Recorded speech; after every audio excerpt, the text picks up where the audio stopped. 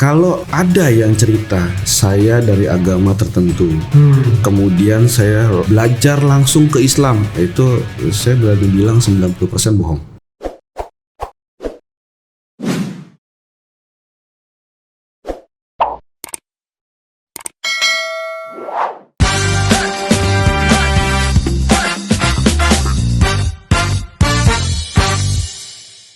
Ya, silakan Pak. Soal masuk Islam tadi. Ya memang belajar Islam itu sudah lama, sejak kuliah bahkan. Sejak kuliah tahun 2001-2002. 2001-2002. Oke. Nah, angkatan tahun 2000 SMA-nya. Angkatan tahun 2000, lulus 2000. Ya. Waktu itu kampung halaman saya itu terkena bom. Oke, udah tahu ya kampung halamannya ya? Iya, saya asli Bali. Iya. Jadi ayah saya Bali, Hindu, ibu saya juga Bali, Hindu. Dan saya melihat ini agama apa sih?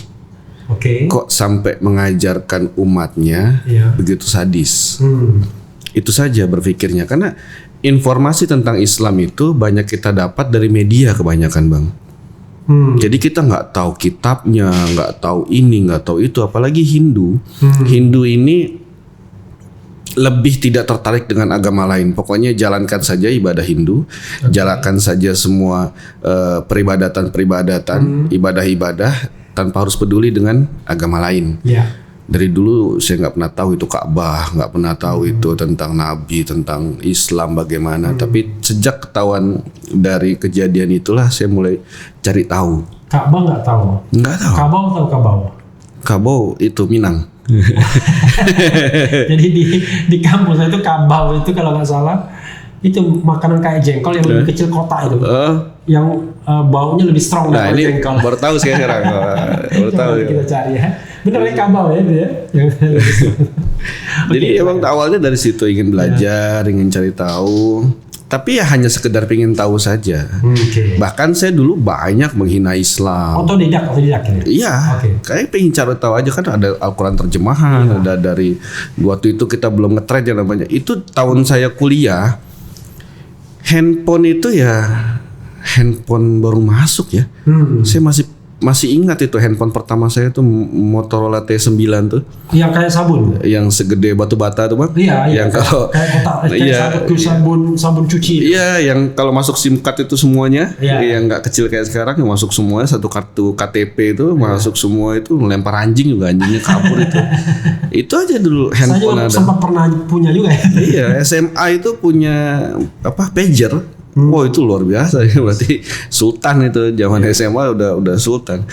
Jadi informasi tentang Islam itu hanya dapat dari TV, hanya tahu dari orang-orang begini. Nah, begitu kejadian yang meluluh lantahkan Bali pada saat itu, saya ingin cari tahu Islam itu seperti apa. Dan saya hampir benci dengan beberapa Islam. Waktu itu di Jakarta atau di Bali?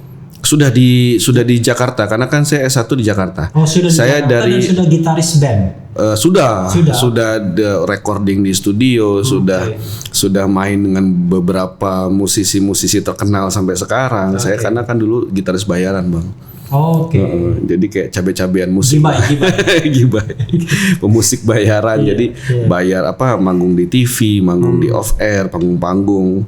Ya hampir nggak kepingin tahu soal agama sebetulnya. Karena yang saya tahu Hindu saja sudah sembahyang. Kita di Hindu tuh kenal Trisandi namanya, Bang. Trisandi itu persembahyangan 3 waktu. Dan biasa yang saya lakukan itu jam 6 pagi, jam 12 siang, jam 6 sore. Dengan mantramnya, Buah Swata Sawitur Wariniyam Bargo Diwasyole, semua Trisandi itu. Saya hanya melakukan semua adat istiadat dalam Hindu, adat istiadat di Bali, dan semua peribadatan. Nggak kenal dengan agama lain. Sejak bom itu aja saya kepingin tahu Islam ini kayak apa sih, sampai mengajarkan umatnya tuh begitu sadisnya gitu. Begitu aja. Dan juga teman-teman yang saya ngelihat Islamnya kuat, kan banyak ya di SMA itu ada DKM masjid yang kayak gitu. Jadi organisasi siswa tapi yang khusus ke masjid aja. Wah, itu sudah nggak suka saya ngelihatnya. Saya sampai bilang di Bali saja penjara, walaupun Bali itu mayoritas non-Muslim, yang paling banyak penghuninya Muslim. ini agama apa ini di Indonesia ini? Kok itu aja mikirnya dulu. Oh Islam kok begini, Islam kok ngancurin ini, Islam kok begitu, Islam kok ngebom, Islam kok katanya teroris. Itu aja taunya. Makanya saya cari tahu tentang Islam. Sampai akhirnya saya stah waktu itu Sekolah Tinggi Agama Hindu karena mengikuti jejak kakek. Stah tuh berarti sekitar 2007-2008 ya, antara 2006, 2007, 2008 karena 2008 itu pertama kali saya ngeluarin album grup band saya dulu sama teman-teman SMA dan itu saya ingin mengikuti jejak kakek waktu itu, kakek ayah yang mengerti tentang agama, mengerti tentang ujung-ujungnya pasti akan jadi pedanda, akan jadi pemangku, jadi belajar agama aja. Pedanda itu pendeta di Hindu ya? Di Hindu, ya. Jadi ada pedanda, pemangku dan sulinggi. Sulinggi itu yang tertinggi. Tingkatannya bermacam-macam sesuai dengan kasta, sesuai dengan terah keluarga. Tapi biasanya di Bali ya sulinggi. Sulinggi ya? Iya. Oke. Sulinggi itu kakek sulinggi. Iya. Oke.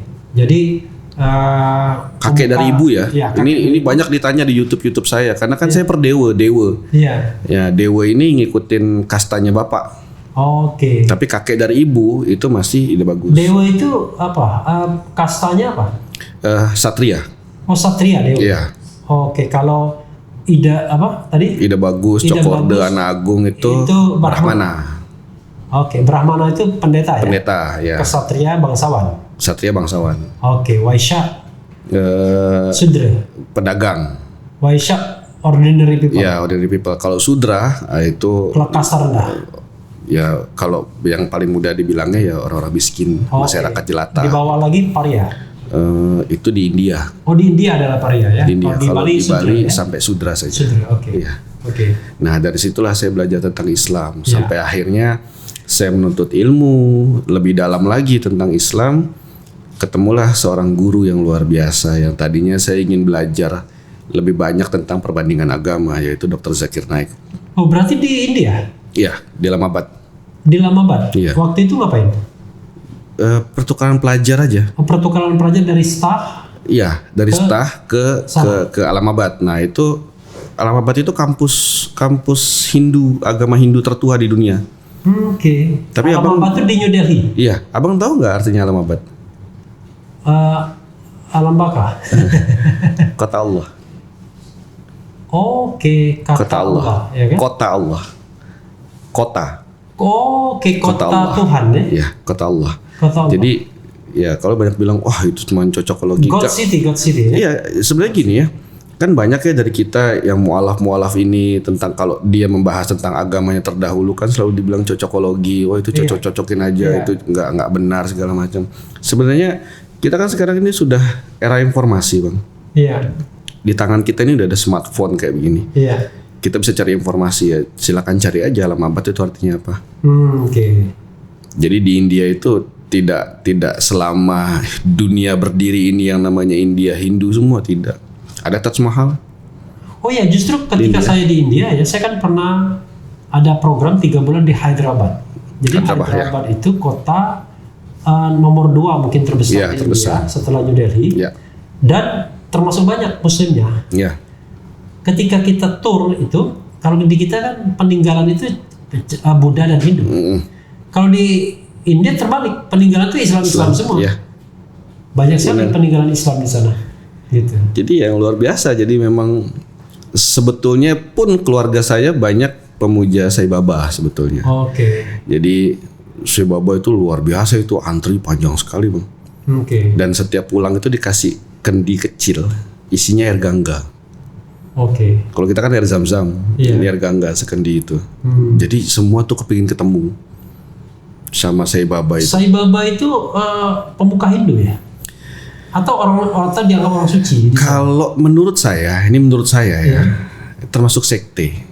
Oh, sekte. Termasuk sekte. Pemimpin jadi sekte ya. Iya, jadi kebanyakan Hindu itu kan pemuja Brahmana. Iya. Ada pemuja Krishna, ada pemuja Wisnu, ada pemuja Siwa, bahkan ada pemuja Durga segala macam, ada pemuja Ganesha, Hanuman, banyak. Banyak, tapi seperti Sai Baba ini karena begitu hebatnya dalam tanda petik, jadi banyak yang memuja. Jadi akhirnya saya bilang sekte sempalan lah saya bilang. Oke. Banyak yang tradisi-tradisi Hindu sendiri di India itu tidak dijalankan oleh sekte Sai Baba. Oke. Karena merasa nih pemimpin saya sudah sakti, sakit tinggal bilang sembuh. Atau punya masalah apa tinggal bilang pada dia, bisa diselesaikan masalahnya. Usianya berapa Sai Baba sekarang? Waduh, udah meninggal kalau nggak salah. Oke, ini nanti kita cari ya sama sekalian. Udah meninggal kalau nggak salah. Tapi banyak yang nggak percaya, murid-muridnya itu atau pemuja-pemujanya banyak yang nggak percaya. Karena dulu tuh Sai Baba dikenal bisa ada di beberapa tempat dalam satu waktu. I see. Cuman kalau ciri-cirinya luar biasa ya, lebih dekat ke, kalau kitab kita lebih dekat ke Dajjal ya, hanya matanya saja yang tidak buta kan. Tapi kalau tinggi besar, kulitnya agak kehitaman, rambutnya keriting. Jadi banyak ulama-ulama di Indonesia ini atau beberapa negara itu yang bilang, oh Sai Baba itu Dajjal. Ya Allahu alam. Allahu alam ya. Oke. Gimana selanjutnya? Ya akhirnya saya belajar tentang Islam. Begitu saya mengerti bagaimana itu Islam. Tapi prosesnya gimana dulu? Jangan langsung begitu aja. Lalu di Alamabad itu proses di Hindu. Tiba-tiba kok lompat ke Zakir Naik. Enggak, prosesnya itu karena kepingin tahu tentang agama lain, terutama Islam. Itu yang pertama. Kedua, waktu kita ngumpul di dorm, di asrama itu kan tidak hanya orang India saja ada. Ada teman-teman dari Pakistan, teman-teman dari Bangladesh, teman-teman dari Sri Lanka, bahkan negara-negara Asia lainnya. Mereka itu karena kita di negara orang kan kepingin jalan-jalan bang. Pingin jalan-jalan, lihat kota segala macam. Dan itu selalu mengajak itu sore. Dan saya masih ingat selalu bilang, sebentar ya, saya ibadah sore dulu. Ibadah sore dulu kan jam 6. Iya. Ya udah dia nunggu. Nah nunggu ngelihat saya ibadah. Iya. Terus dia nanya, kamu habis ngapain? Saya bilang saya habis sembahyang. Itu sembahyang apa katanya? Sembahyang Hindu. Kami Hindu tapi nggak begitu sembahyangnya. Nah kan bingung nih. Orang Hindu ngelihat orang Hindu yang lain lagi ibadah, bingung. Akhirnya bingungnya nular ke saya. Iya. Begitu. Kalau kita perhatikan memang berbeda-beda bang. Iya. Kayak di Bali saja, Hindu di Bali kan ada hari raya Nyepi, Galungan, Kuningan, Pagar Besi, Saraswati segala macam, dan semua hari raya itu nggak ada di India. Sedangkan kita semua tahu Hindu asalnya dari Hindia. Tapi kenapa di India nggak ada? Ini saya bingung. Apa Tuhan beda-beda? Apa Tuhan naruhnya lain-lain di setiap daerah gitu? Itu yang saya bingung pertama. Akhirnya saya cari tahu. Beda dengan Islam bang. Sholat subuh di sini 2 rakaat kan? Rasanya masih ya. Di Chicago pun sama. Jangan mentang-mentang wah kita tinggal di Alaska dingin 1 rakaat aja deh. Atau subuhnya ntar jam 10-an agak panasan. Yang membedakan paling cuma ada yang begini, ada yang begini. Ya itu kan mazhab. Kemudian juga waktu dunia ini. Jadi nggak semuanya jam 4, antara jam 4, setengah 5 atau jam 5. Tapi setidaknya semua tata caranya, gerakannya, bahkan bacaannya. Di Bekasi tetap bahasa Arab. Nggak ada diganti bahasa Bekasi atau di Jawa gitu. Walad dolin, inji itu nggak ada. Tetap. Jadi saya ngeliatnya di situ, kenapa kok bisa sama? Sedangkan di agama saya enggak. Jangankan Hindu di Bali dengan Hindu yang ada di India. Hindu Bali dengan ada yang Hindu di Tengger, Jawa Timur, beda. Hindu Bali dengan Hindu yang di Lombok, beda. Hindu Lombok yang ada dengan Hindu yang ada di Lampung, beda. Jadi sekali lagi sobat daerah sekalian, ini pengalaman personal ya, personal beliau ya. Dan tidak ada maksud untuk menjelekkan agama Hindu. Tidak ada. Karena ini nyata, mereka pun tahu ini. Jadi saya tidak berkata dusta atau bohong, mereka pun tahu. Sekedar bacaannya pun berbeda, tata caranya pun berbeda, pakaiannya pun berbeda. Tidak ada Hindu di India berpakaian seperti Hindu di Bali. Atau dengan tata cara persembahyangan Hindu yang ada di Bali. Nggak ada. Nah, dari awal situlah saya mulai mencari tahu. Dan terbalik, saya tidak mencari tahu tentang Islam dulu. Kalau dulu saya belajar tentang Islam, saya kepingin tahu kenapa Islam mengajarkan sadis. Itu aja, tapi tidak untuk mencari kebenaran. Oke. Jadi Bedain ya, untuk Bang, ya. bahan, untuk jadi bahan. Jadi bahan untuk diskusi kah, debat kah, Islam ternyata buruk, Islam ternyata ajarannya tidak baik. Iya. Beda dengan Hindu, beda dengan agama lain gitu. Itu awal belajarnya. Jadi jangan dipikir. Jadi niatnya buruk awalnya pokoknya. Iya, Bukan bukan kelemahan. Jadi Bukan nyari kebenaran. bukan cari kebenaran. Gitu. Dan abang juga harus bisa Bukan lihat nyari kebenaran, tapi nyari pembenaran. benaran. Nah, itu dia. Dan akhirnya untuk menyalahkan Islam itu sendiri. Nah, kalau ada yang cerita saya dari agama tertentu, kemudian saya belajar langsung ke Islam, itu saya berani bilang 90% bohong. Karena nggak mungkin. Nggak ada itu urusannya tiba-tiba dia maaf gitu ya agama tertentu non muslim kemudian saya belajar tentang Al-Quran kemudian saya masuk Islam. Nggak. Biasanya kalau dia punya problem hidupnya segala macam dia mau mencari agama pasti agamanya dia. Tidak langsung loncat ke agama Islam. Nggak pernah. Saya nggak peduli juga dengan orang-orang yang lewat mimpi. Dan biasanya kalau misalnya orang memang niatnya mencari kebenaran, bukan mencari pembenaran. Insya Allah Allah akan bimbing dia, Allah akan tuntun dia untuk mencapai kebenaran itu. Karena apa? Karena Allah sendiri bilang dalam Al-Quran, A'udzubillahi minasyaitonirrajim, Bismillahirrahmanirrahim, walladzina yu'minuna bima unzila ilaika wa ma unzila min qablik wa bil akhirati hum yuqinun. Allah sudah menurunkan kitab-kitab sebelum Al-Quran. Jadi tentang Islam, tentang Rasulullah Sallallahu Alaihi Wasallam itu ada di semua kitab. Selama dia mau mencari ya. Ada dan di itu yang kitab dan itu yang diajarkan ke saya. Makanya setiap saya nggak berani bilang berdebat ya, diskusi. Diskusi misalkan katakan dia non Muslim, diskusi mau diskusi tentang Islam. Saya jarang sekali pakai Al-Quran. Tapi jangan kesini dulu. Cerita Zakir Naik tadi masih belum tuntas. Kan? Ini juga nggak boleh loncat ya Bang. Ya Insya Allah. Jadi memang saya melihat di sana itu akhirnya saya dapati selama ini kan saya belajar Weda itu kan berbahasa Sanskrit. Akhirnya saya dapat yang Sanskrit itu Sanskerta. Dan akhirnya dari beliaulah saya mendapatkan Weda dalam bahasa Hindi. Beliau itu Zakir Naik. Kayaknya kan luar biasa dia. Bukan seorang pemuka Hindu tapi kok punya, dan Weda ini termasuk sulit dicari Bang. Sulit dicari, nggak ada di toko buku. Nggak ada. Dan saya tahu percetakan terbesar untuk agama Hindu ada di Surabaya justru, di Paramita, dan saya pernah datang. Terbesar di dunia? Di Indonesia. Indonesia, kalau di dunia lain lagi. Dan kemudian dan yang banyak mengikhlami saya itu justru tulisan dari Profesor Faid Parkas. Dia seorang salah satu pendiri Alam Abad juga. Profesor. Alam Abad itu kapan didirikan? Waduh, saya lupa. Nanti saya cek. Ini orang udah yang meninggal ya? Udah meninggal. Tak pikir baru. Loh, ini salah seorang pendiri apa masih baru? Enggak, sudah meninggal. Itu tahun 1800-an. Long time. Ya, sudah lama.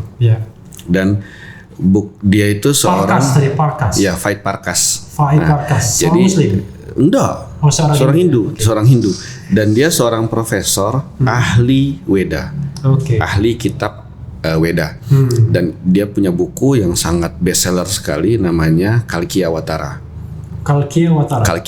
Jadi dalam Hindu itu mengenal 10 kalki. 10 kalki dan 4 zaman.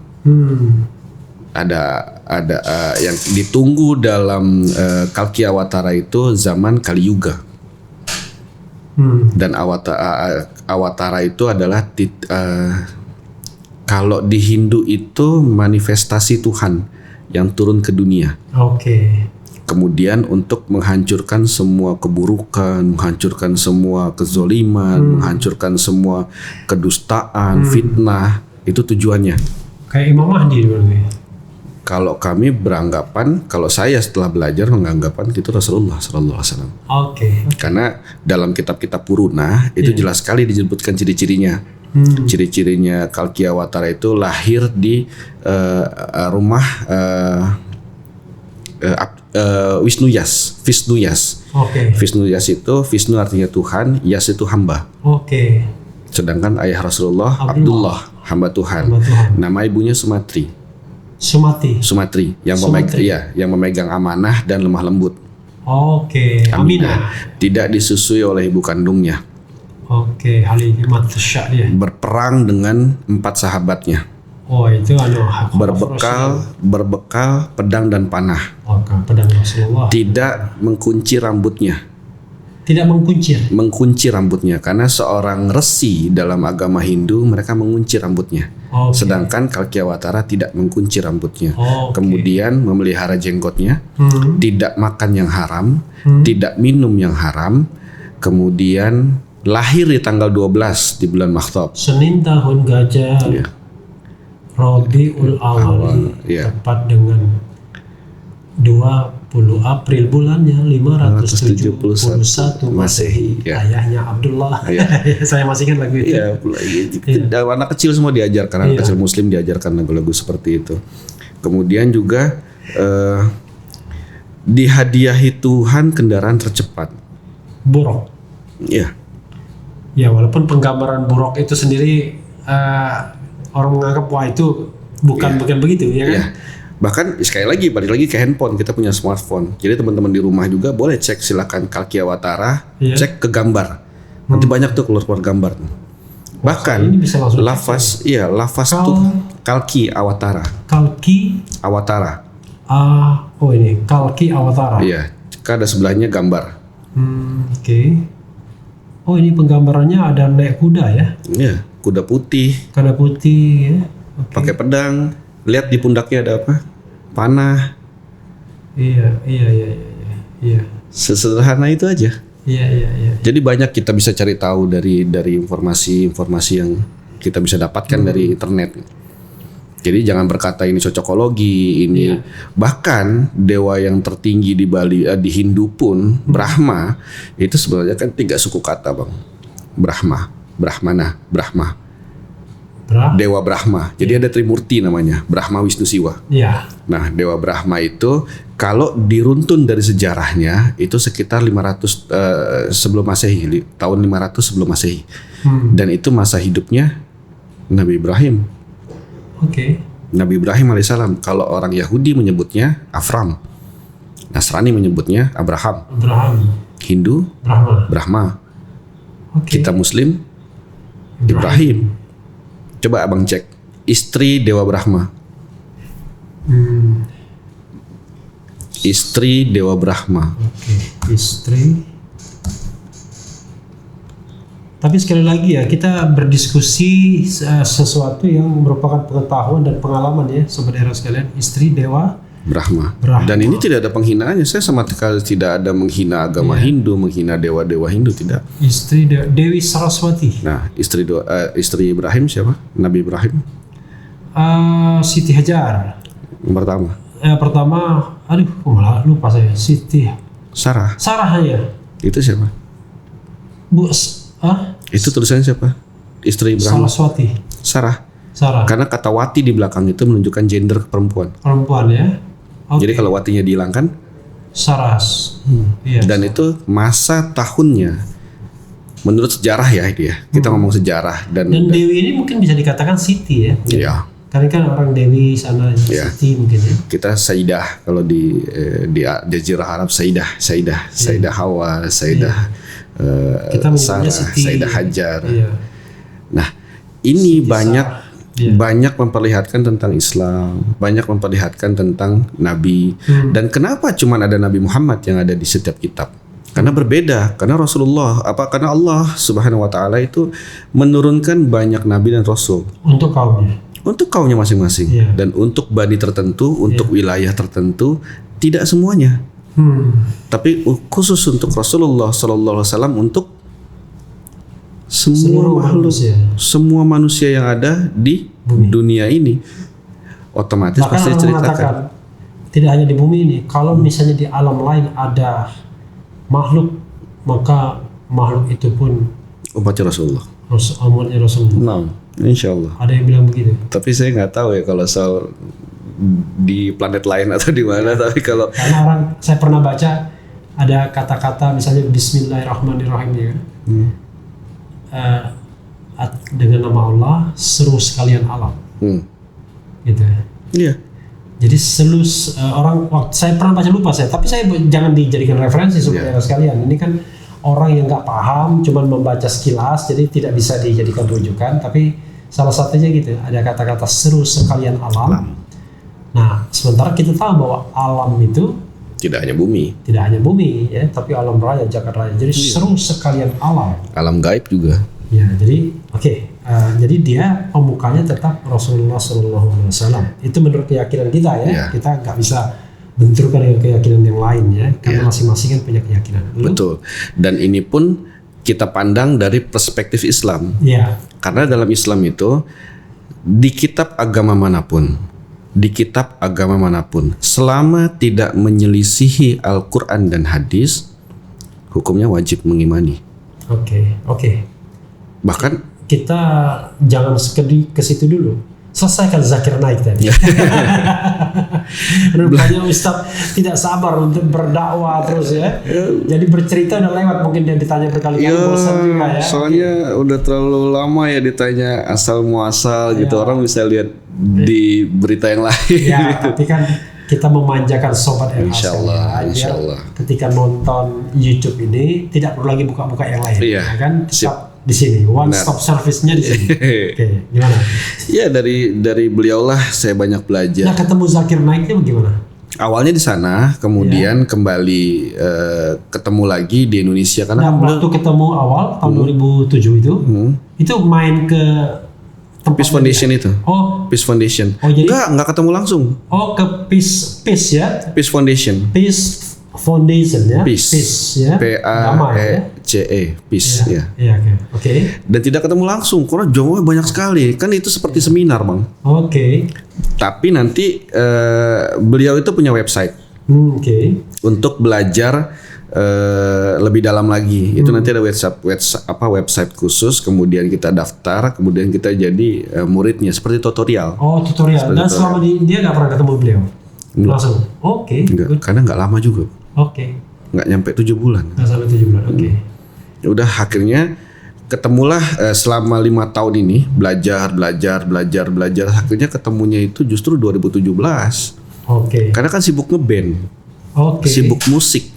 Setelah pulang ke sini 2008 kan, balik lagi ke sini. 2008 masih bikin album. Terus ngeband studio rekaman, bikin lagu. Karena lagu saya banyak juga, bikin lagu. Kemudian juga jadi. Saudara sekalian, kalau soal lagu, beliau ini saya banyak menciptakan lagu hits, tapi yang dijual putus kepada band-band baru. Dan itu ngetop lagu itu. Tapi kan demi etika kan kita nggak boleh menyebutkan lagunya. Baru-baru kali ini aja saya mulai baru keluar lagi. Dan insya Allah saya bikin lagu buat Dia Mirella. Sebentar lagi insya Allah. Kemudian juga ada Goa nanti, Goa Band. Goa Band itu Go to Allah. Ya, Go to Allah. Jadi, ada Dik Doang. Ada Agus Idwar, ada Edi Kemput, ada Elri Tonga, ada Anwar Fatahillah. Jadi banyak musisi-musisi legend semua ini. Jadi musisi hijrah ini?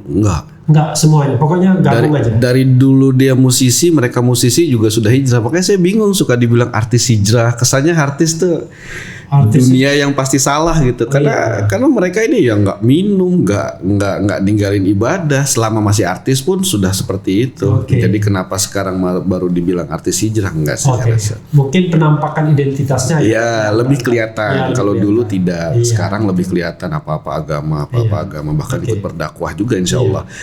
Dan banyak lagi, ada Mbak Citra Utami juga, jadi pemenang dulu Asia Bagus.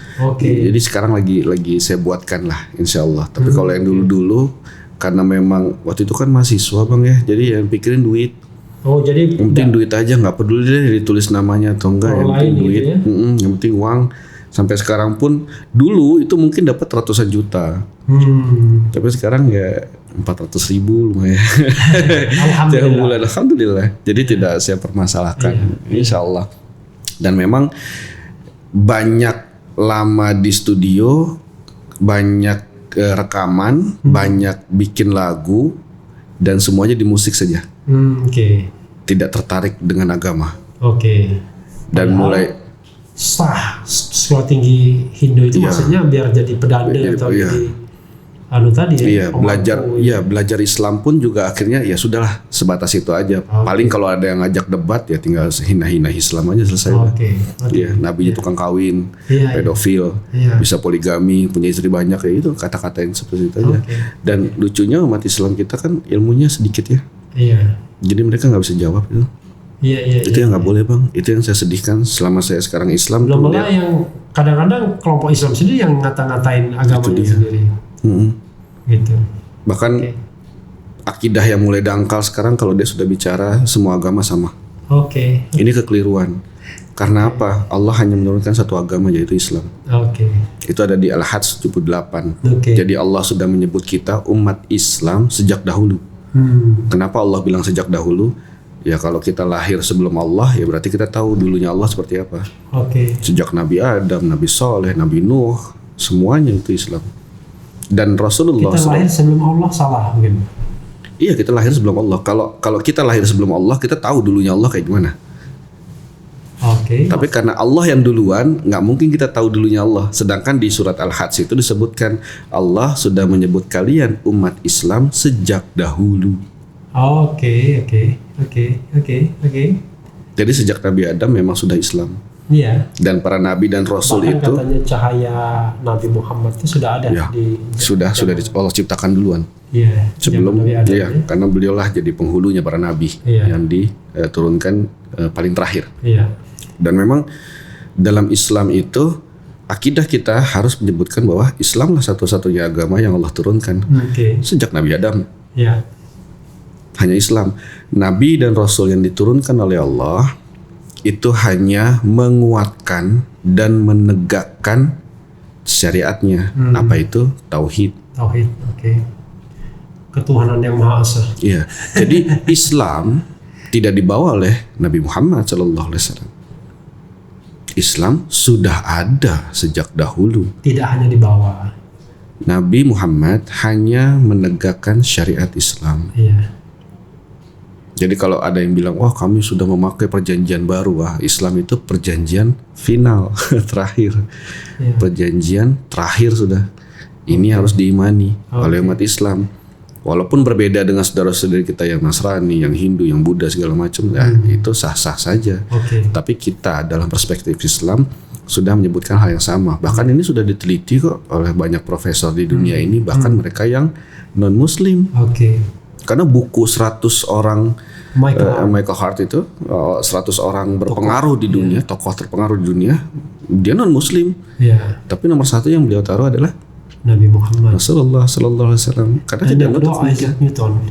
Baru ketiga bagi kita Nabi Isa ya. Nabi Isa alaihissalam. Tapi balik lagi, saya selalu narik tali dulu kan. Biar nggak lari. Balik lagi setelah pulang dari India. Hanya sibuk ngeband, hanya sibuk musik. Ngeband. Saya main di kafe, saya manggung, saya gitaris bayaran. 2017. Sampai akhir sebenarnya mulai giat belajar lagi itu 2013. Giat belajar lagi termasuk Hindu. Enggak. Islamnya. Justru Islamnya. Karena apa? Karena mulai ada kekosongan, Bang. Ada kekosongan. Karena apa? Kita di musik ini hampir semuanya dapat sih. Uang dapat, manggung sana sini, popularitas, bahkan maaf gitu ya, perempuan. Digila-gilain perempuan. Karena gampang sekali. Dan dulu tuh masih ada Friendster ya, belum ada Facebook, belum ada apa segala macam, belum ada Instagram. BB aja udah paling bagus itu, BlackBerry. Jadi kalau kenalan minta pin BB gitu, udah ada. Itu udah paling mentok udah dulu. Begitu melihat kosong ini, kok saya manusia hanya hidup sibuk dunia saja, kayak ada yang kurang gitu. Apa yang kurang? Dan saya mulai lihat teman-teman artis itu yang mulai lari ke narkoba, karena dia mulai lari ke minuman. Kalau saya sendiri, alhamdulillah sebelum Islam pun saya tidak suka minum. Kecuali air putih ya. Air putih ya. Boleh. Maksudnya minuman beralkohol. Kemudian narkoba. Saya jujur aja dulu SMP sempat sih yang tahu namanya ganja segala macam. Tapi alhamdulillah nggak candu. Tidak artinya ketergantungan. Karena dalam musik ini betul-betul dituntut konsentrasi, bisa tahan begadang walaupun mereka Jadi bilang narkoba itu matanya pasti nanar ya. Narko itu nanar karena obat. jadi melek terus ya. Tapi Nanar karena obat. tapi kalau ganja enggak bang dulu bang. Oke. Ganja tuh pengennya baunya tidur, makan, ketawa-ketawa gitu aja. Tapi kalau untuk konsentrasi susah. Oke. Makanya udahlah nggak lama juga ya, cuman tahu aja dari teman-teman. Yang cuman saya banyak lakukan itu ya bikin tato aja karena satu badan ini kan penuh semua. Oke. Itu aja. Nah dari situlah saya ngeliat teman-teman mulai di narkoba, kehidupan malam, bahkan banyak kita dengar ya artis, dia populer, dia punya uang banyak, dia punya ketenaran, tapi kenapa milih bunuh diri? Whitney Houston ya. Tidak hanya Indonesia, tidak hanya Asia, bahkan luar negeri. Ya, Whitney Houston, Michael Jackson mungkin. Ya Allah alam dengan kontroversinya katanya dokter Elvis Presley gitu. John Lennon, banyak. Jadi dibunuh ya lain lagi. Jadi banyak hal-hal yang kenapa dia punya ibaratnya genggaman tuh dunia sudah digenggam sama dia. Popularitas punya, uang punya, kekayaan punya, penggemar punya, semua punya. Tapi kenapa bunuh diri? Nah saya melihat itu bang, ini ada kekosongan di hati. Ternyata memang harus jiwanya kosong. Iya, ternyata memang harus ada Tuhan. Iya. Itu pertama pikirannya. Ternyata emang harus ada Tuhan di hati kita. Iya. Tapi saya bingung Tuhan yang mana. Oke. Akhirnya dari dua pilihan, apakah saya belajar Hindu lagi yang dalam tanda petik saya banyak pertanyaan dan tidak kecocokan karena Hindu rumit. Oke. Mati aja mahal bang. Mati aja mahal. Mati aja mahal. Iya. Silakan aja cek di Bali itu orang ngaben itu 50 juta ke atas itu. Nggak peduli miskin, kaya segala macam. Kalau belum sempat ngaben, pokoknya mayatnya ditaruh dulu. Nanti dia pelebonan, nanti dia ngaben massal. Sekian banyak dan itu pun duit juga. Oke. Saya mikir, apakah Tuhan sesadis itu harus punya uang banyak, sedangkan hidup susah, anak nggak sekolah, makan masih susah. Dan semua peribadatan dalam Hindu itu, saya merasa ya pribadi ini pendapat pribadi saya. Nggak masuk akal buat saya. Sekali lagi ya kita tidak menghina suatu agama, tidak menghina tapi ini pengalaman pribadi ya. Ini perspektif saya sendiri. Saya melihat begitu kerumitan dan bukan berarti saya nggak kaya, orang tua saya kaya, mampu, keluarga saya pun mampu. Jadi tidak masalah. Tapi saya berpikirnya masa sih semahal itu? Apa-apa semua serba mahal, apa-apa harus ada ini ada itu. Sedangkan Islam tidak. Islam menjalankan semua hanya untuk mendekatkan diri pada Allah. Ini luar biasa. Jadi saya begitu melihat Islam, tidak ada itu yang namanya ajaran kekerasan, radikalisme, fanatisme, tidak ada. Jadi Islam itu betul-betul orang-orang yang cuman kepingin dekat sama Allah. Karena syaratnya masuk surga kan bukan sholat, bukan sedekah, bukan hafal Quran, bukan. Syarat masuk surga kan ridhonya Allah. Nah pada saat mencari ridhonya Allah itulah kita ibadah, kita sholat, kita puasa. Dan orang Islam begitu semua bang. Nggak ada masalah ini apa itu segala macam. Walaupun sekarang ekonomi susah, pandemi seperti ini, COVID nggak berhenti, tahu bener tahu enggak gitu kan. Tapi Islam lah yang harusnya jadi jalan keluar. Jangan ditutup masjid, ini kejauhannya. Belum belum sampai situ ya. Jangan tutup hati, ada lagu tuh. Jangan tutup. Lagunya si Andre Taulani. Itu lagu Stinky ya. Stinky, Andre Taulani. Ya jadi saya melihat Islam itu orang-orang yang ingin dekat sama Allah. Oke. Kita kan kalau misalnya di dunia ini dekat dengan komisaris BUMN kan asik ya bang ya. Dekat dengan menteri, apalagi dekat dengan presiden. Dulu saya jadi komisaris BUMN dulu. Itu makanya saya sambil begini kan. Jadi kan itu kan akan alangkah luar biasa ya. Teman saya itu mertuanya dulu di itu juga tuh Jasa Marga tuh. Kalau dulu mungkin tahu kali Bang Refli. Tapi ya itu dunia. Iya. Nah Allah yang punya semuanya. Kalau kita sudah dekat dengan Allah, nggak mungkin kita dimiskinkan, bang. Iya. Nggak mungkin Allah tinggalkan kita. Iya. Itu Islam. Oke. ingin dekat sama Allah agar hidupnya mudah. Oke. Nanti Tapi akhiratnya ini pun mudah. babnya udah lewat. Bab ininya belum masuk tadi. Bab tadi akhirnya mengucapkan 2 kalimat syahadat. Ya, akhirnya pun syahadat 2017. 2017 kan ada Zakir Naik datang ke Indonesia. Iya. Heboh pokoknya. Nah, Yang paling dia bikin kesel itu adalah nanyanya dalam bahasa Indonesia dia nggak ngerti, penerjemahnya juga lelet. Ada bingung dia. Dan sejujurnya ya, ini mohon maaf ya teman-teman yang tahu semua, itu pun banyak rapot merahnya itu selama beliau di Indonesia ini. Rapor merahnya? Iya banyak ya, termasuk penerjemah tadi, uang lari kemana, entah dari mana, entah begini, entah begitu, macam-macam. Oke. Macam-macam, jadi banyak ketidakjelasan, akhirnya berantakan juga. Oke. Dan Dr. Zakir Naik itu menganggap buruk ya, kalau berani saya bilang sih buruk ya, karena menganggap pun Indonesia kan disindir. Governance kita kacau ya. Ya entah pemerintahannya, entah TV nasionalnya. Ini tokoh sebesar ini loh, ini tokoh dunia loh. Iya. Tidak ada satupun pemberitaan, tidak ada satupun liputan. Iya. Semuanya lolos begitu saja. Ada apa gitu? Oh, maksudnya tidak ada pemberitaan. Tidak ada pemberitaan. Padahal the largest Muslim society in the world katanya kan, Indonesia. Dan banyak Islam-Islam yang sebenarnya tidak menjalankan syariat Islam dengan benar. Itu menurut beliau. Saya hanya mengutip saja. Iya. Itu pun jadi pertimbangan dan pidatonya beliau juga itu. Ya, tapi 2017 itu memang salah satunya kan tidak ada YouTube Refli Harun. Iya, maksud. Kalau ada mungkin diundang semua, Masya Allah. Ada ya, pokoknya kita live ya dari streaming dari depan sampai akhir. Iya, karena dulu memang 2017 itu kan kita masih tergantung pada media mainstream, televisi ya. Jadi kalau kegiatan itu tidak ditelevisikan, maka tidak akan ada dokumentasinya. Ya. Kalau sekarang kan dengan YouTube makin canggih seperti sekarang ini, semua bisa didokumentasikan. Betul. Iya. Masih bisa kita lihat kok di YouTube. Iya. Masih bisa kita lihat. Iya. Tapi semuanya berantakan, Bang. Ya. Semua berantakan. Jadi tidak sesuai ekspektasinya Dr. Zakir Naik. Nah, dari 2017 itu saya tadi balik lagi ke belajar sebelum sampai akhirnya syahadat. Iya. Saya tetap jalankan Islam, Bang. Maksudnya sholat apa Pak? Iya, belajar sholat. Saya sholat tuh buku di depan. Oh, oke. Jadi mulai sholat tahun berapa? Sebenarnya dari kuliah pun sudah belajar gerakan-gerakannya, bacaannya sudah belajar.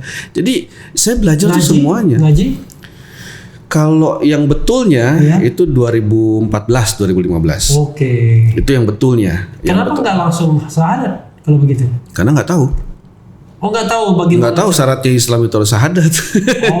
Oke. Dan tidak ada yang ngasih tahu juga. Nggak ada ya, orang taunya, Dewa udah masuk Islam, taunya begitu aja. Oh iya, karena sedang praktek, jadi orang nggak tanya sudah syahadat. Iya, gitu sedangkan begitu kita tahu dokumen-dokumennya harus diganti, yang tadinya beragama Hindu harus diganti beragama agamanya Islam. Baru kelabakan. Iya, nih nyari sertifikat di mana? Oh, ternyata harus syahadat. Oke, ternyata tidak hanya cukup sholat saja, puasa saja. Islam itu kalau mau masuk ke dalamnya dan kita bukan beragama Islam sejak lahir, ya harus syahadat. Iya. Lalu gimana? Rukun iman, Bang. Rukun Islam. Rukun Islam. Iya, jadi saya lupa rukun Islam yang pertama ini, saya mikirnya udah nggak perlu gitu kan. Ya ternyata memang syarat pertama ya syahadat dulu. Saya bersyukurnya selama belum syahadat, udah belajar Islam tapi belum syahadat juga, saya syukurnya nggak diambil nyawanya sama Allah. Ya, karena kalau diambil ya kafir, walaupun sholat, ikut-ikut puasa, ikut-ikut lebaran, ikut apa. Kafir itu sebutan bagi seorang yang non muslim. Iya. Itu biasa. Artinya kafir itu halus loh, Bang. Iya. Bukan sesuatu yang kasar itu. Kafir itu artinya menutup diri. Kafir. Mengkafiri, tidak mau menerima, dan itu bahasa paling halus sebetulnya. Ya, tapi jadi makna yang terkesan negatif, ya karena gejala bahasa Indonesia. Gejala bahasa. Iya. Padahal itu bahasa halus. Istilahnya itu bahasa itu menjadi peyoratif. Ya. Jadi maknanya dari makna yang sebenarnya biasa-biasa saja jadi peyoratif, maknanya buruk jadinya. Padahal biasa-biasa saja. Bukan hanya biasa, Bang, bahkan lembut itu. Ibaratnya Jawa ini Jawa halus. Bahasa halus sekali cover menutup diri. Bukan suatu yang kasar, bukan suatu yang hina. Iya. Hanya jadi konotasinya diri ya. Menutup diri. Nah, akhirnya ya bersahadat dan punya sertifikat. Nah, dari situlah saya urus KTP, KK segala macam. Dan saya nikah itu 2000. Tapi syahadatnya itu kan dibimbing oleh Zakir Naik. 2017 di Bekasi. Iya. Di umum atau di belakang? Di belakang. Oh, di belakang sendirian? Tidak di depan. Sendirian? Enggak, banyak teman-teman di situ. Ada berapa? Maksudnya ada berapa orang yang syahadat? Saya tahu ada 6 ya di belakang. Ada 6 yang syahadat tapi tidak di umum. Dan itu cepat sekali kok. Jadi sebetulnya pertemuan itu cepat di belakang dan beliau harus kembali ke hotel karena kan ya maklum lah beliau sudah tua dan sudah lelah sekali, sekian tempat sudah didatangi. Akhirnya diwakili oleh Masjid Darussalam, salah satu pengurusnya dan baru saja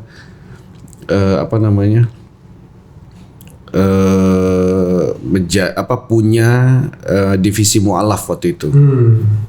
Oh, mereka yang mengislamkan Naik, bukan Zakir Naik secara langsung? Bukan Zakir Naik, tapi di sertifikatnya itu yang mengeluarkan ya Darussalam itu. Tapi Masjid yang Darussalam membimbing Cibubur. Zakir Naik. Nah, akhirnya disempurnakan dengan bahasa Indonesianya oleh seorang ustadz dari Masjid Darussalam. Agar sertifikatnya dapat. Iya, dan itu kan setelah bahasa Arab kan harus menyebutkan aku bersaksi bahwa tiada Tuhan yang patut disembah selain Allah. Dan aku bersaksi bahwa Muhammad adalah Rasulullah, yaitu akhirnya disebutkan itu semua baru sah sertifikatnya segala macam.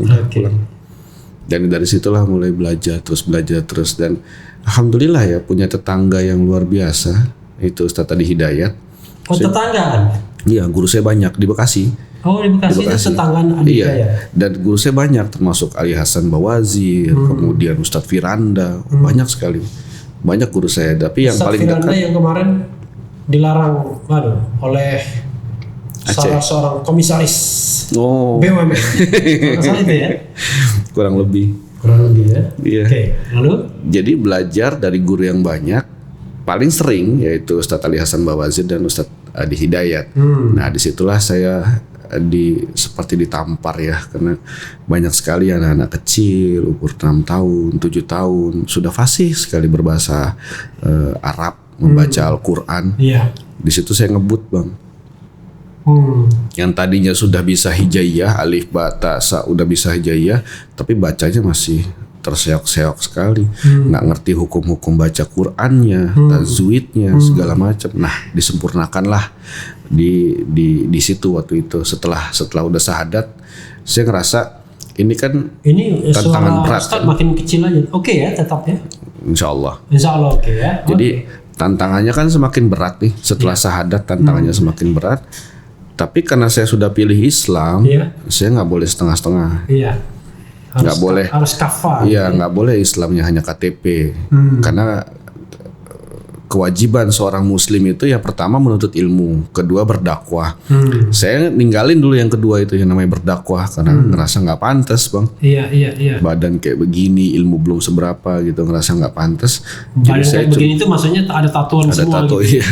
Ustadz apaan tatoan kan, makanya nggak pantas dipanggil Ustadz gitu. Udah gitu namanya dewa kan, Ustadz dewa kan nggak nyambung. Kalau Ustadz Refli, ya cakep. Ustadz Abdullah. Ustadz Refli, Ustadz R. Harun. Nah, itu bagus. Iya. Jadi nggak merasa belum pantas, jadi cuma belajar aja. Terus belajar sampai punya guru banyak, datangi teman-teman yang lebih mengerti tentang ilmu-ilmu agama.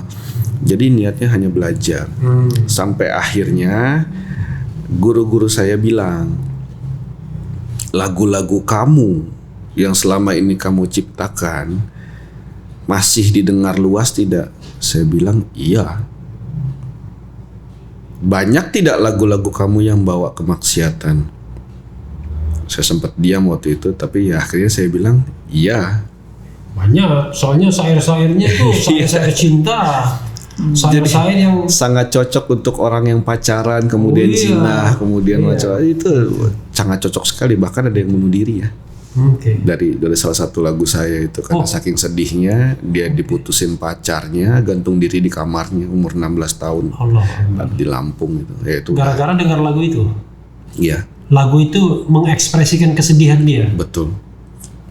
Jadi saya mikir, Yang lagu yang saya sebutkan tadi? Bukan beda lagi ya.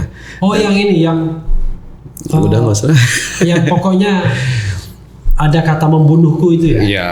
Jadi ngerasa itu mungkin pengalamannya itu sangat relate sekali dengan apa yang dia alami. Lagu itu kemudian dia bunuh diri. Kenapa? Cuma masalahnya Sobat RSK tidak akan pernah melihat bahwa lagu itu diciptakan oleh Dewa Putu Adi karena. Tapi musisi tahu kok umumnya. Kalau dia musisi dia tahu. Iya, maksudnya Sobat Era umum. Kan? Jadi YouTubers ya kan tidak akan tahu karena itu dianggap penciptanya adalah grup band itu sendiri. Iya. Atau salah satu personil dari atau salah satu personil di grup band itu diakui sebagai pencipta padahal aslinya adalah beliau. Insya Allah. Jual putus lah istilahnya. Tapi royalti tetap. Pembagian saja sih. Harusnya pencipta lagu kan royaltinya itu 9%. Iya. Tapi saya paling dapat 4. Dibagi saja lah. Itu alhamdulillah masih ingat. Tapi tidak jadi masalah. Dan dari situ karena banyak yang nanya, "Bang, kok Abang tahu itu perempuan itu kok bunuh diri gara-gara lagu Abang?" Karena sempat viral kok. Itu tahun 2015 ya kurang lebih. Dia itu gantung diri di kamarnya, kemudian dia pakai headset dan pakai MP3 player kecil. Dan itu cuma satu lagu yang diputar terus diulang-ulang dan itu lagu saya. Nah, teman-teman sudah guru-guru saya. Lagu saya yang dinyanyikan oleh sebuah grup band dan tidak ditulis titlenya penciptanya Dewa Putu Adi tapi personilnya. Nah, guru saya ngomong seperti itu, saya mikir berarti lagu-lagu kamu jadi asbab banyak yang buruk. Entah bunuh diri, entah maksiat, orang pacaran segala macam. Wah, itu dosanya jariah tuh katanya. Bukan amal jariah tapi dosa jariah. Itu sampai kamu mati pun jadi tulang benulang sampai kiamat selama lagu itu didengarkan dan membawa kemaksiatan. Ya kau akan terus terima dosanya. Saya takut Pak, Bang, saya takut digituin. Terus saya mesti gimana? Saya bilang, ya udah kamu jalani tahap kedua katanya. Apa itu? Dakwahlah. Dari situlah saya berdakwah. Saya di DLN, Dai Lapas Nasional. Saya ke lapas-lapas. Saya membangun beberapa kampung-kampung mu'alaf. Saya pun mengurus sekitar kurang lebih 400-an di Bekasi saja ya, yang dekat wilayah saya. 400 mu'alaf. Bahkan ada beberapa mantan pemuka agama tertentu. Mu'alaf Center itu ya? Dulu saya tergabung di Mu'alaf Center, tapi sekarang tidak lagi. Ini hanya masalah berbeda visi misi saja. Karena saya beranggapan namanya Mu'alaf Center kan fokusnya lebih fokus ke mu'alaf. Kalaupun mau fokus ke bukan mu'alaf, itu hanya presentasinya kecil. Dan saya tidak melihat itu. Ini pribadi saya melihat tidak seperti itu. Ya udah akhirnya saya tinggalkan Mu'alaf Center dan saya jalan sendiri saja. Alhamdulillah didukung oleh Ketua MUI Pusat Kiai Haji Khalil Nafis.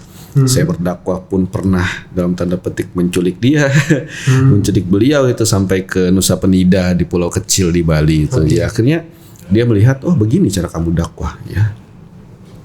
Bukan di masjid, bukan di kadang di masjid, kadang di pondok pesantren, kadang di majelis-majelis taklim. Tapi saya lebih sering ke pelosok, ke masyarakat. Makanya saya ke sana bawa, alhamdulillah dapat titipan bawa Al-Qur'an. Tadi kan Abang juga saya kasih Al-Qur'an di bawah. Itu salah satu contoh yang kami berikan. Allahu Akbar. Saya lupa tadi saya mau membawa itu. Tapi nanti segmen selanjutnya saya akan ambil tuh buku-buku yang tadi nanti saya tunjukkan. Karena sedih sekali Bang, di daerah itu Al-Qur'an itu disobek-sobek. Karena memang kurang. Oh, disobek-sobek bukan dibagi-bagi. Bukan karena nggak suka, tapi karena kurang. Karena kurang. Jadi saya pernah waktu itu di Kupang gitu ya, saya buka. Ini surat Ali Imran. Saya bilang Al-Baqarahnya mana? kok mulai dari Ali Imran? Al-Baqarah sebelah sana, Ustaz itu habis dibaca, dihafalin di situ. Oke. Jadi ngambil sini ada Anissa. Kan kasihan. Begitu lihat Quran dari kami, saya pun bekerja sama dengan beberapa badan wakaf Quran gitu untuk bawa Quran ke mereka. Makanya saya. Jadi kalau misalnya penonton podcast ini ingin menyumbang Quran, ya boleh ya, nanti ke alamat sini dulu. Nanti saya akan serahkan kepada Insyaallah beliau. Insyaallah. Atau nanti di deskripsi ini saya kasih alamat beliau. Ya, Insyaallah. Ya, jadi kalau misalnya mau menyumbang Quran atau bahan-bahan dakwah lainnya. Jadi yang biasa saya bawa itu Al-Quran, kemudian buku-buku panduan, buku-buku saku, saya bilang buku saku, panduan sholat, panduan wudhu, bacaan-bacaan Quran, juz amma. Di daerah itu berharga sekali. Oke. Bahkan orang biasa-biasa aja kan? Karena saya mulai ditugaskan oleh Pak Kiai Khalil Nafis dari MUI Pusat itu ke wilayah timur. Jadi mulai dari Bali, Sulawesi, NTB, NTT, Maluku sampai Papua. Itu di NTT. Nabi aja ya. Iya, jadi film The Message. Iya. Sahabat Nabi diutus ke Persia, ke Romawi gitu. Iya, betul. Karena apa? Di sana sangat butuh sekali ilmu. Oke. Bahkan kalau beberapa tempat yang saya datangi, ternyata mereka sudah Islam. Tapi bingung. Akhirnya ada yang nyembah gading. Ada tuh gading gajah purba gitu, besar sekali. Itu dia dapat hewan buruan apa tuh, darahnya dioles. Itu namanya bukan apa ya, gading gajah purba itu namanya apa ya? Ada yang gede banget namanya. Ya ada namanya tuh. Gajah purba itu namanya apa lupa saya. Mamut. Iya, mamut. Iya, gading itu, mamut itu. Iya. Jadi dia kasih darah, dia kasih apa, tapi ditanya Islam, nggak ada yang ngajarin sini. Bahkan ya akhirnya menjurus jadi bawa pompa air, jadi bawa pipa, jadi bawa triplek, bawa semen, gitu aja ke daerah. Terus ke tempat bencana. Karena pada saat ini dilakoni sejak 2018 ya, setahun setelah masuk Islam. Saya udah keliling, alhamdulillah udah keliling Indonesia, tapi Papua belum nih. Papua sama Maluku belum. Metodenya metode yang yang door to door itu ya? Oh, jamaah tablik. Bukan. Oh, ini beda lagi. Enggak. Jamaah tablik justru lebih hebat daripada saya itu. Bisa sampai ke luar negeri 6 bulan. Iya, itu huruts namanya. Saya nggak sanggup itu. Saya masih handphone, masih berhubungan dengan orang-orang di luar, dengan keluarga di rumah, anak, istri segala macam. Kalau huruts kan biasanya mereka sunyi.